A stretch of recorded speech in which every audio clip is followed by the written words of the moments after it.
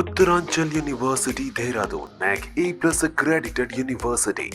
ఎండలు బాబోయ్ ఎండలు. ఈ ఎండలకు జనాలు బయట అడుగు పెట్టాలంటేనే భయపడిపోతున్నారు. ఈసారి ఎన్నడూ లేనంతగా ఉష్ణోగ్రతలు నమోదవుతున్నాయి. మొన్నటి వరకు వర్షాలు రావడంతో హమ్మయ్య అని అంతా ఊపిరి పీల్చుకున్నారో లేదో మరోసారి అత్యధిక ఉష్ణోగ్రతలు నమోదవుతున్నాయి. ఇక దేశ రాజధాని ఢిల్లీ గురించి ప్రత్యేకంగా చెప్పాల్సిన పని లేదు. భానుడి భగభగలకు జనాలు అల్లాడిపోతున్నారు. ఇదిలా ఉంటే తాజాగా ఓ వీడియో మాత్రం సోషల్ మీడియాలో తెగ వైరల్ అవుతోంది.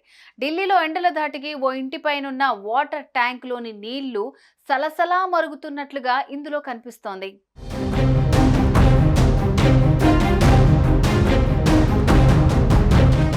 గత కొన్ని రోజుల నుంచి దేశవ్యాప్తంగా ఎండలు దంచుకొడుతున్నాయి. దీంతో ఉష్ణోగ్రతలు సైతం రికార్డు స్థాయిలో నమోదవుతున్నాయి. అంతెందుకు, మొన్న ఓ ఆర్మీ జవాన్ రాజస్థాన్లో ఎండలు ఎలా ఉన్నాయని తెలపడానికి ఒక వీడియో సోషల్ మీడియాలో పోస్ట్ చేసిన విషయం తెలిసిందే. ఈ వీడియోను చూసిన నెటిజన్స్ షాక్ కి గురయ్యారు. ఇక తెలుగు రాష్ట్రాల్లో కూడా ఎండలు మండిపోతూ ఉండడంతో జనాలు ఇవేం ఎండలరా బాబోయ్ అంటూ ఇంట్లో నుంచి అడుగు బయట పెట్టలేకపోతున్నారు.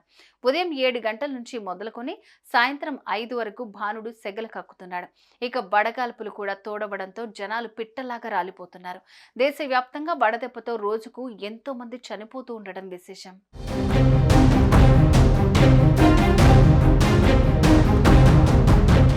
దేశ రాజధాని ఢిల్లీలో మాత్రం ప్రస్తుతం 52 డిగ్రీల ఉష్ణోగ్రతలు నమోదవుతూ ఉండడం అనేది అందరినీ షాక్ కి గురిచేస్తోంది. అక్కడి ఎండలకు ఓ ఇంటిపైనున్న వాటర్ ట్యాంక్లోని నీళ్లు సలసలా మరుగుతున్నట్లుగా ఓ వీడియో ప్రస్తుతం సోషల్ మీడియాలో తెగ వైరల్ గా మారుతోంది. ఈ వీడియోపై నెటిజన్స్ భిన్నమైన అభిప్రాయాలు వ్యక్తం చేస్తున్నారు. దీన్ని చూసిన కొందరు నెటిజన్స్ మాత్రం ఇది ఫేక్ వీడియో అని కొట్టిపారేగా, లేదు లేదు ఇది నిజమే అంటూ మరికొందరు కామెంట్స్ చేస్తున్నారు. ఇలా ఈ వీడియోపై ఎవరికి తోచినట్లుగా వారు కామెంట్ చేస్తున్నారు. ఇది నిజమా అబద్ధమా అనేది మాత్రం తెలియాల్సి ఉంది.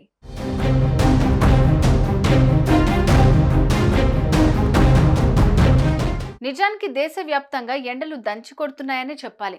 ఇందులో ఎలాంటి సందేహం లేదు. దీన్ని పక్కన పెడితే అసలు ఈ వీడియోలో జరిగింది నిజమేనా, లేక దీన్ని ఎవరైనా క్రియేట్ చేశారా? ఇంతకు మీరేమనుకుంటున్నారు? మీ అభిప్రాయాన్ని కామెంట్ చేయండి. సుమన్ టీవీలో మీ పర్సనల్ అండ్ బిజినెస్ ప్రమోషన్స్ కోసం కింది నెంబర్కి కాంటాక్ట్ చేయండి.